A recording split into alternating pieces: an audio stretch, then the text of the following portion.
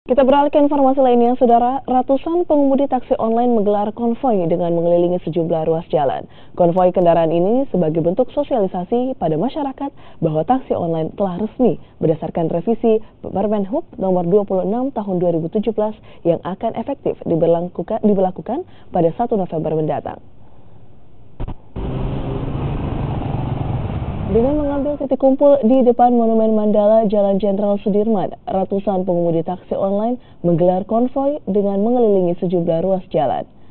Konvoi kendaraan ini sebagai bentuk sosialisasi pada masyarakat bahwa taksi online telah resmi berdasarkan revisi Peraturan Menteri Perhubungan Nomor 26 Tahun 2017 yang efektif berlaku pada 1 November 2017 mendatang.